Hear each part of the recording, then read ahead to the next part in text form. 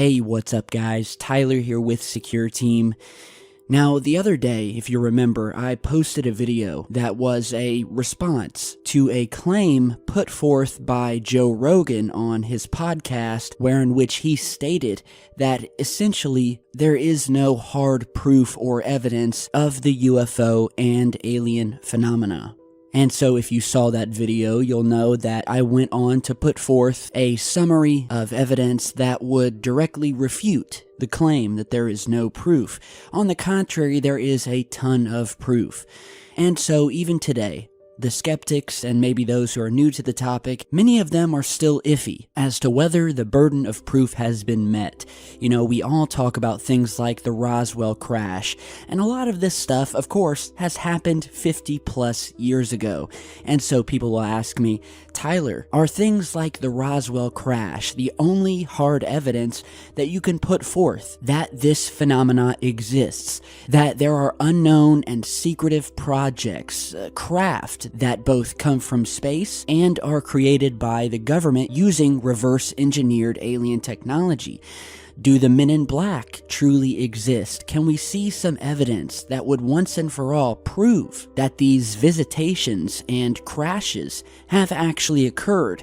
And can you do it by presenting a little bit more evidence than that of something that occurred 50, 60 plus years ago? And so today, I am going to prove to you that everything I just spoke about is not only real, but has continued to happen throughout the years. Now, many of you may not know this, but back in 2008, a UFO crashed near Needles, California, with residents in the tri-state area of Nevada, Arizona, and California claiming to have seen the object blazing through the sky and crashing on the banks of the Colorado River. Witness reports said that the UFO had a bluish or green hue to it, and that 17 minutes after the crash, military personnel in huge black helicopters showed up in the area and cordoned off the crash site. The local people in the area claim that the crashed object was later lifted away by two huge black helicopters. And well, I could continue giving you a summary of what happened that year, but I think it best to simply let you guys kick back and watch the investigation that was done by the local CBS News team, who provided ongoing coverage of this UFO crash and produced a series of videos about the incident and the strange men in black that showed up in the area after the object crashed. So let's take a look, and we'll talk more in just a minute. A large object with a turquoise hue plummeted out of the sky earlier this summer and plowed into the earth south of Las Vegas, somewhere near Needles, California. Yeah, eyewitnesses say this was no meteorite, especially since a bunch of helicopters came looking for it and then hauled it away. I-Team Chief Investigator George Knapp has been talking to the people who saw this thing, and he's here now with the story. Got a fun little mystery on our hands here. The object was seen in the early morning hours of May 14th. It appeared to crash into the ground just west of the Colorado River. And that's when things got interesting for residents of that area. Somewhere in this rough terrain, just west of the Colorado River and south of Needles, is a point of impact, maybe some burn marks, created by something that fell from the sky. Frank Costigan saw it because he got up at 3 in the morning to let his cat out. A fiery object that flashed across the sky, but it wasn't a meteor, he says. Up in the sky, it's just bright. It was bright enough that it illuminated the ground. For 7 years, Costigan worked as the chief of airport security at LAX. He says the mystery object flew out of the northeast heading southwest, traveling very fast, but at one point it slowed down, then sped up again. And it went behind a hill, and I waited to see if I could hear it crash, because as big as it was bound to make noise. But he didn't hear a crash. I was coming into work. Hours later, David Hayes, the owner of K-Talks Radio in Needles, was coming to work when he spotted an odd formation of dark vehicles driving off the highway. He drew a picture of the lead vehicle, a large truck with a dome on top and a black structure that reminded him of a stealth fighter. It seemed like it was some kind of surveillance vehicle, but four-wheel drive, and it had government plates, the U.S. government plates on it. And behind it was a couple of vans that were They look like support vehicles. The men inside had military bearings, Hayes said, but weren't in uniform. He made eye contact with one of the drivers, and the guy followed him. Later in the day, one of the vehicles was parked outside his station, seemingly conducting a surveillance of the place. You see these guys, and they're staring you down. It's sort of a Men in Black sort of a feel to it. Absolutely.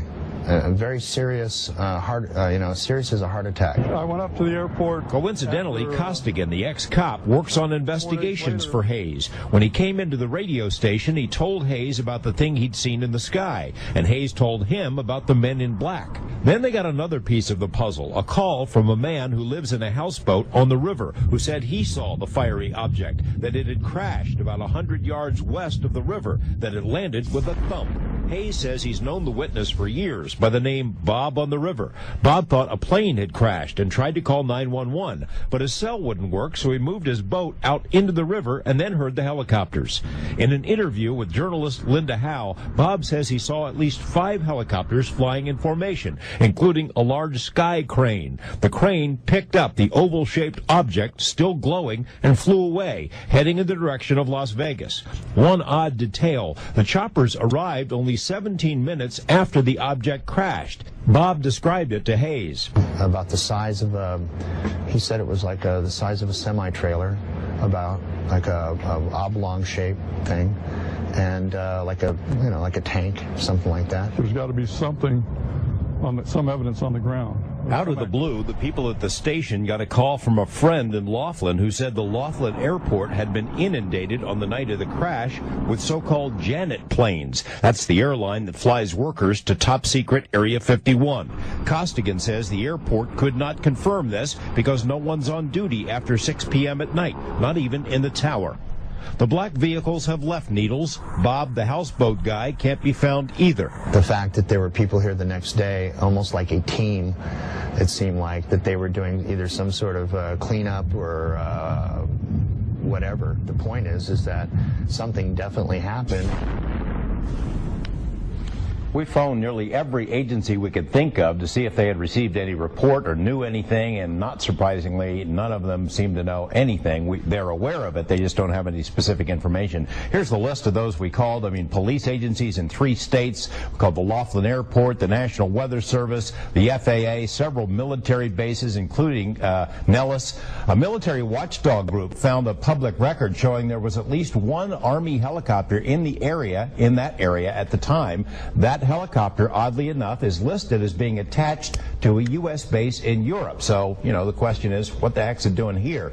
We're following Freedom of Information requests, and we're going to report back when we get some responses. We have some links on our website where you can learn more about this case, plus an oldie but goodie, a video report we aired about 8 years ago about another weird crash here in Nevada. We're just getting started on this thing. We've got some good links. I think we're going to get some answers on this thing, and we'll come back with more. Yeah. This fisherman was on a slow drift down the Colorado River south of the town of Needles when the large glowing cylinder plunged out of the sky. It didn't look like a meteor. I've seen meteors before. It looked like a plane crashing. The witness, who prefers to be known as Bob on the River, says the object slammed into the riverbank 50 or more yards west of his houseboat. It hit and it thumped. It didn't crash, it didn't explode. It went poof, a thump. In this desolate stretch of the river, much of the surrounding land is sandy, like a beach, so a thump on impact rings true. Because the river is lower than the bank, houseboat Bob could not see the crash itself, but he had no trouble eyeballing the military-type helicopters that swooped in just moments later. I believe there were 4 of them. One kept its light on me, one kept its light on the front of my boat, two of the other ones were circling. The smaller choppers were joined by a huge sky crane similar to this one, which somehow attached itself to the crashed object, then hauled it away in formation toward the north. Minutes later, in Bullhead City, Brad Allen saw the aerial procession. I looked through the binoculars, and below one of them was a green object. It wasn't glowing, it was just faint green. There's so many possibilities of what it was, but the story of the UFO crash and the mystery helicopters first emerged on K-Talk's radio in Needles after Bob on the river called in, a decision he came to regret. When the story went national, Bob was nowhere to be found. In the months since, the I-Team filed records requests with more than a dozen federal, state, and local agencies. Not one knows anything about the incident, although 2 federal intelligence agencies stated they have no records they can release. The FAA told us it does not retain records of what might have been in the air over the river, but the I-Team obtained a single transponder reading from the morning of May 14th, confirming the presence of at least one military chopper. We also found a detachment of the Special Ops Group known as the Night Stalkers at the Henderson Airport during the same time frame. But it isn't the helicopters that have spooked Bob and other residents of the area. Rather, it's the X-Men. There's been some strange people in town. Needles radio station employee Paul Fick saw the mystery men and their blacked-out vehicles starting the morning after the UFO crash. But there was a truck parked down here at the end of the street, pretty much pointed at the tower behind the station. And it was one of the four-wheel drive trucks with the shell on the back that had like the bumps, radar domes, things like that. And same thing Dave saw, one of the guys, the guys that are sitting there with the sunglasses on, very stiff looking. A phone call came in from River Bob. That, political organizer Tony Fagan had a face-to-face with the mystery men. The day after Bob called the radio station, Fagan was grilled by a stranger who showed up at one of her political meetings. This gentleman came over and shook hands. He said that his name was Phil, and that he understood that I was at the radio show when all of the calls were coming in about River Bob. And did I know what had hit the water? Did I know how big it was? Did I know what color it was? And he got very frustrated when I said that I really wasn't paying attention. That the visitor had told Tony he wanted to join the party, but after the meeting, quizzed her again about the UFO. This guy was very crisp, kind of a military-like haircut, way too clean cut, just way too clean cut for our group. I mean, what are the factors that make you think that? I've spent more time on the land, in the area of what I believe to be the crash site, in my own time with my own four-wheel drive, doing my own efforts out there. But keep in mind, this wasn't reported for 5 months after the situation occurred. And after that, now it's been a year. I honestly, and in my heart of hearts, believe that that site was cleaned up immediately after the crash took place. Because it looks too clean. It looks too clean. Thank you. I couldn't say it any better myself. It's, when you're used to the river and you know that part of the river and that part of the landscape on both sides, whether it's Arizona side, California side, either way.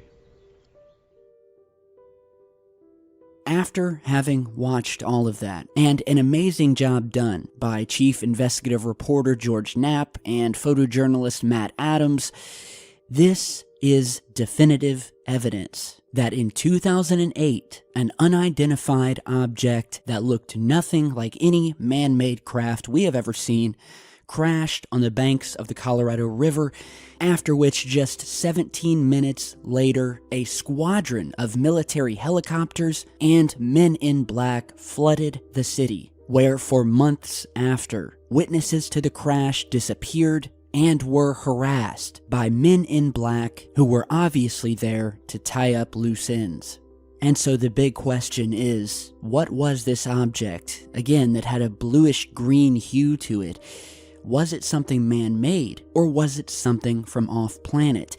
I think one thing we can say is that for the military to show up just minutes after the crash, they were obviously tracking this object, and were determined to not only hide and cover up as quickly as possible evidence of the crash, but to also threaten locals who may have seen it and ensure that no one knew too much about this incident.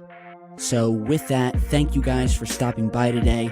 If any of you were in this area in 2008 and saw something strange or have more info, please let us know down in the comments and stay tuned because I've got a lot more coming, and we'll see you all back in just a bit.